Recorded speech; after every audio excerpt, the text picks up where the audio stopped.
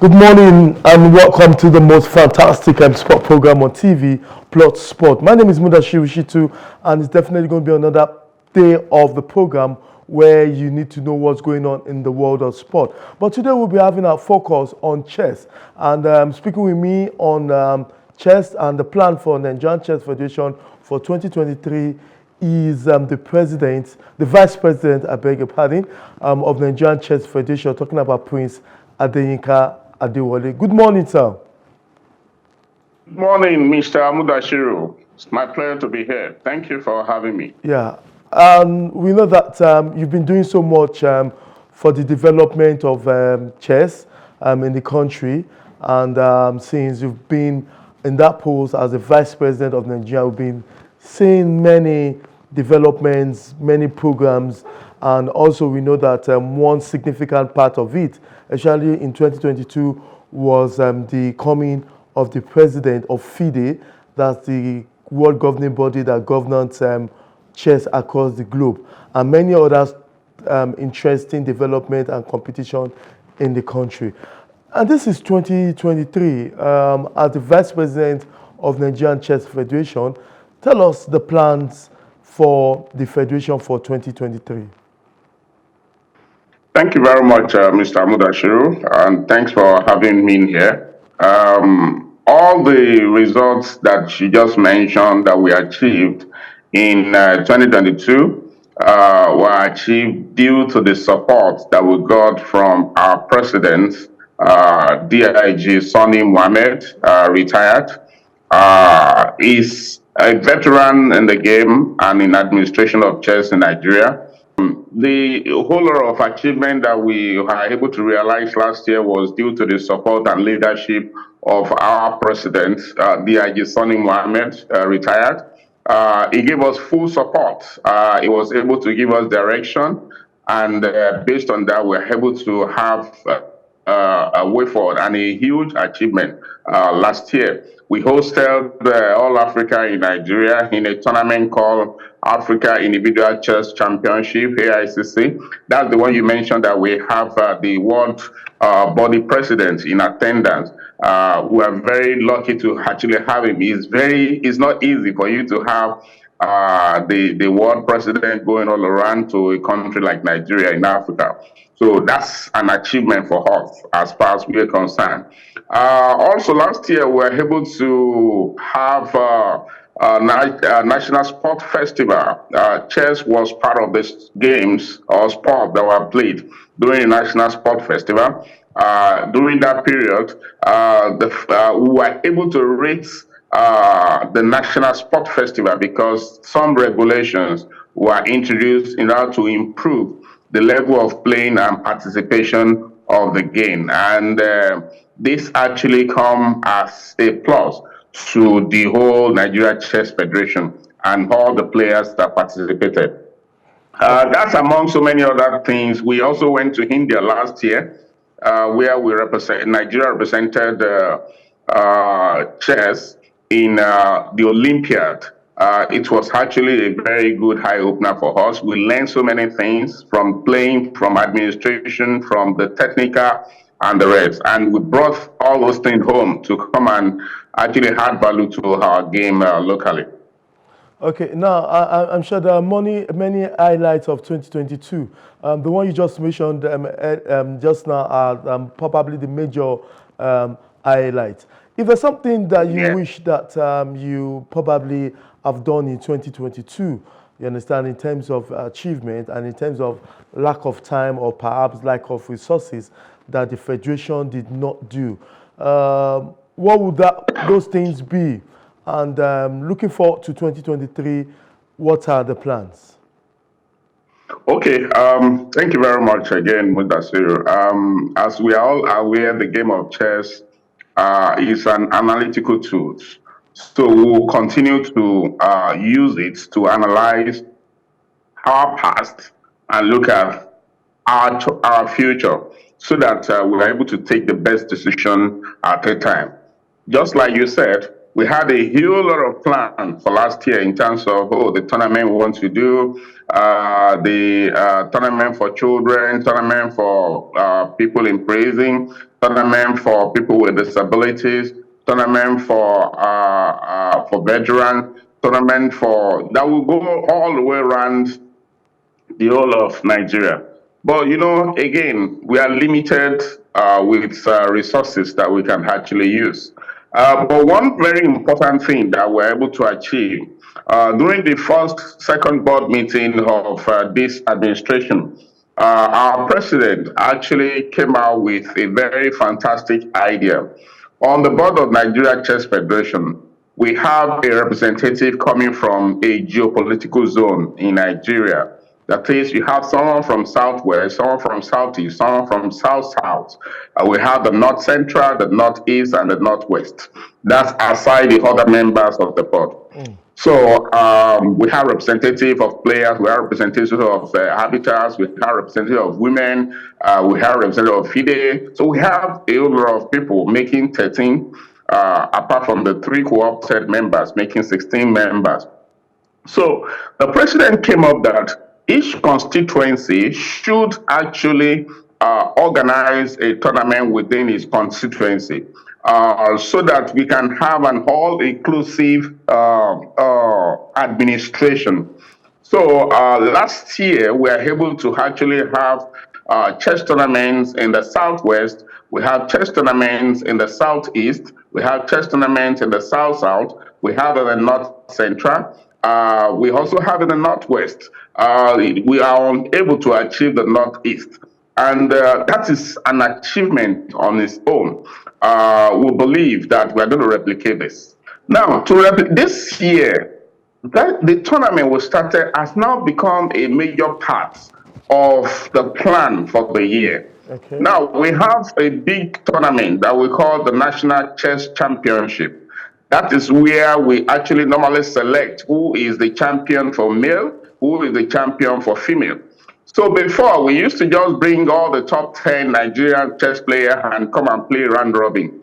But right now, based on agitation from players, we want to have some form of qualifiers before the main event.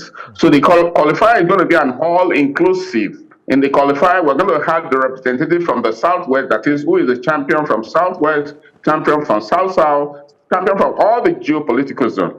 Then they are also going to come and play with the champion of junior. They will come in to come and play with them. And some other criteria are used to select some people, including the rating band. We're going to use the rating as well to select who will participate. So whoever wins, or the group of people that actually win, will now come and play with the high-rated player within Nigeria. So that is a huge development that we can see, and we believe that template is going to actually bring the best chess player in Nigeria. Yes, still on that national championship. That's a template for inclusiveness. But I still have to wonder that why did it have to take so long that the federation, before the past has to be the top 10, and that's taking a lot of well-known and talented chess players out of that competition. So at what point did you realize that you need to make it a qualifier just the way you said it? Okay, well, there is no perfect model. So we'll continue to improve on the model we have used. So the easiest one is actually to say, okay, those of you, the high-rated players, come and play. But we now realize that the fact that someone is in 2021 is high-rated does not mean that there is nobody who has a better performance form than that person. Okay. So there are also agitations from players. So we want to make it to be an all-inclusive. That's when we set up a technical committee to go into this. So it was the outcome of the technical committee being led by Alhaji Durotoye that gave us this revelation and this plan that we adopted. This plan has been circulated among all Nigeria chess players, and it was actually a welcome idea. Okay. Well, so I said now you mentioned the regional or the zone plans, which is very fantastic. But what is the federation? What do they intend to achieve by making major tournament or making it mandatory for these regions to have tournament at least one in a year or twice. So what is the projection like after the tournament? Like the one in South was done, which I know of, and the others. What does the federation want to achieve in that region or that zone? Okay, so if you look at it, there is so much concentration of chess players in Lagos. We have a huge number of chess players in Lagos. However, there are chess players in practically every part of this country.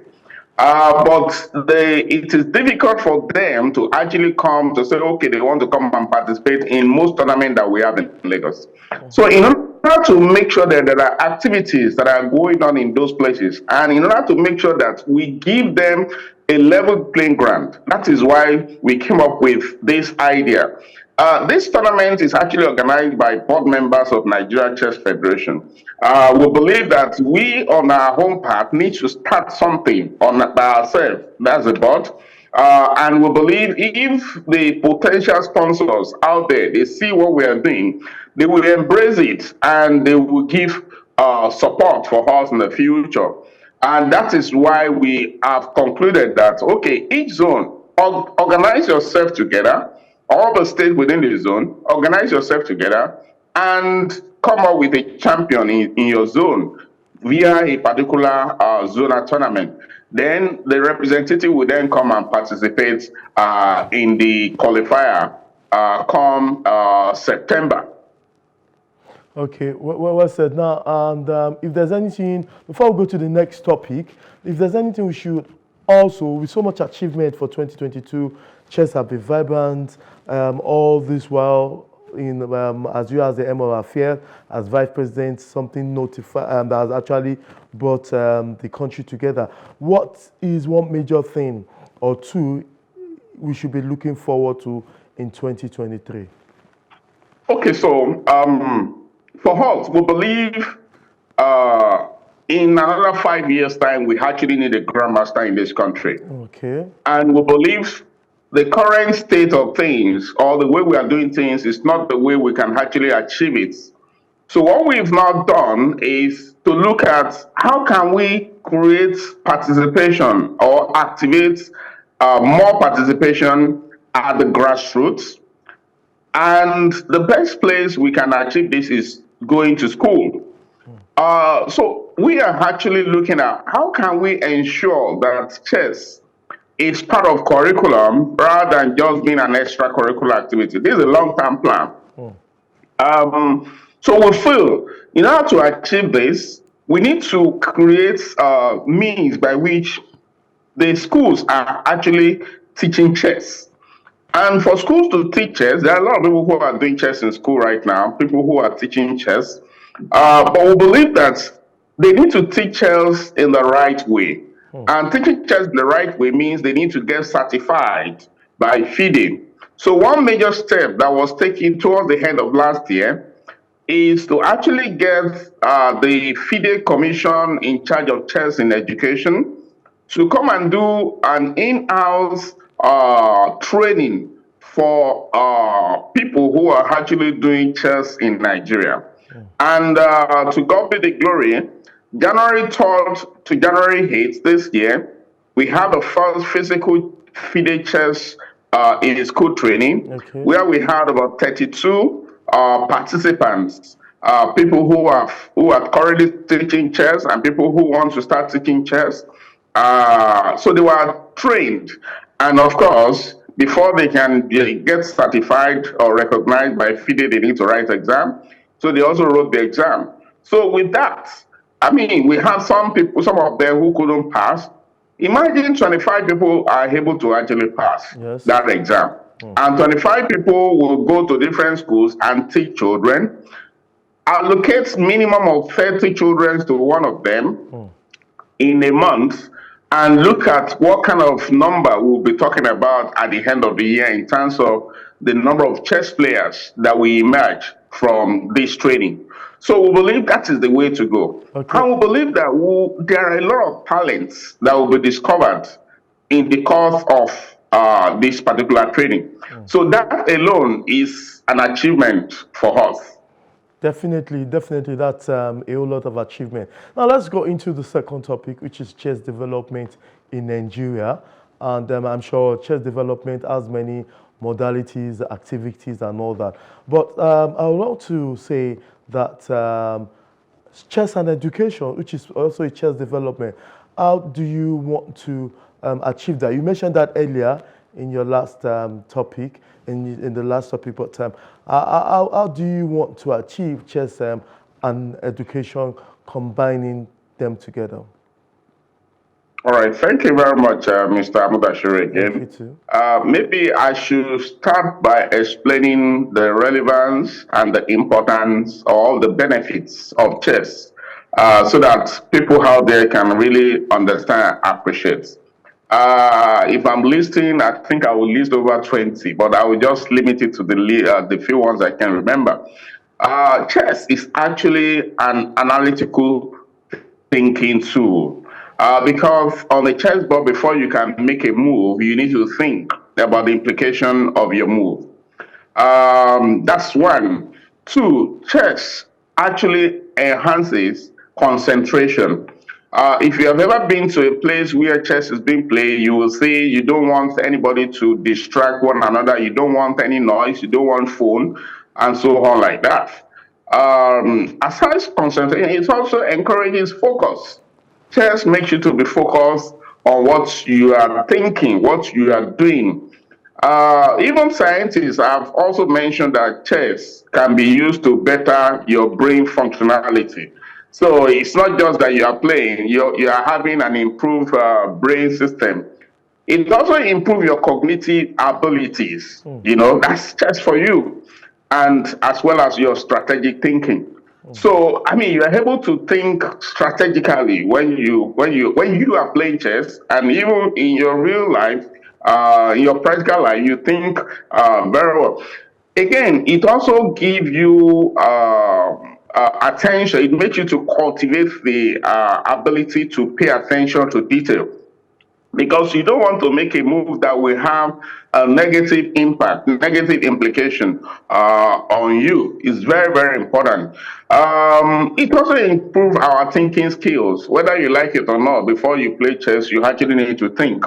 So, which makes you to be, which makes your logical reasoning to actually improve. So, if we look at all these, some we want to actually promote and play the game of chess. Okay.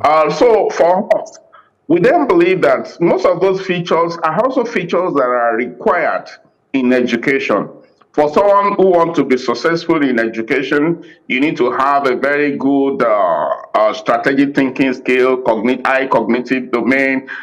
You need to be very focused. You need to concentrate and all those things. It's all this that will actually make you to achieve. So we then believe that if you can make sure that a child plays at least 30 minutes of chess in a week in a school, or is being taught in a school, not just play, it's being taught. There's so many features that you will see that can differentiate a student that play chess from a student that does not play chess. So we believe that merging this or encouraging schools or the administrator of schools in Nigeria to make sure that chess form part of education is going, I mean, curriculum rather, is going to be a whole lot of developments in this country. So we're taking this as evangelism. We are going all out to people who will support us, who can help us to actually promote that ideology. And we believe by the time we get this done, it's going to be a whole lot of development. Now, chess can also be used as a social tool. If you, I was in Abuja 2 days ago, Okay. 3 days ago. Leadership newspaper actually gave award to some people that are recognized as creating development in Nigeria. One of our chess players was actually given awards for creating impact in Nigeria using chess, and that is Mr. Tunde Olokoya. Okay. You know, they call him Chess in Slum. All it does is actually to go to slum and identify people that have potential of becoming non-entities in the country. It will put them together and change their style. It preaches that chess can actually create equality, and chess has no limits. Yeah, chess does not differentiate people. You cannot say, "Oh, it's the rich that plays chess, it's the poor that plays chess." No, both the rich and the poor, the male and female, can play chess. Anybody can play chess. Even it does not have age limit. It doesn't say, "Oh, I'm 60, I can't play chess again, I can't think again." I don't believe. In Nigeria today, we just finished a tournament last weekend. We have a man who is a lawyer, trained lawyer, over 70 years of age, participated and actually won a lot of games in that tournament. So it has no limit, it has no barrier.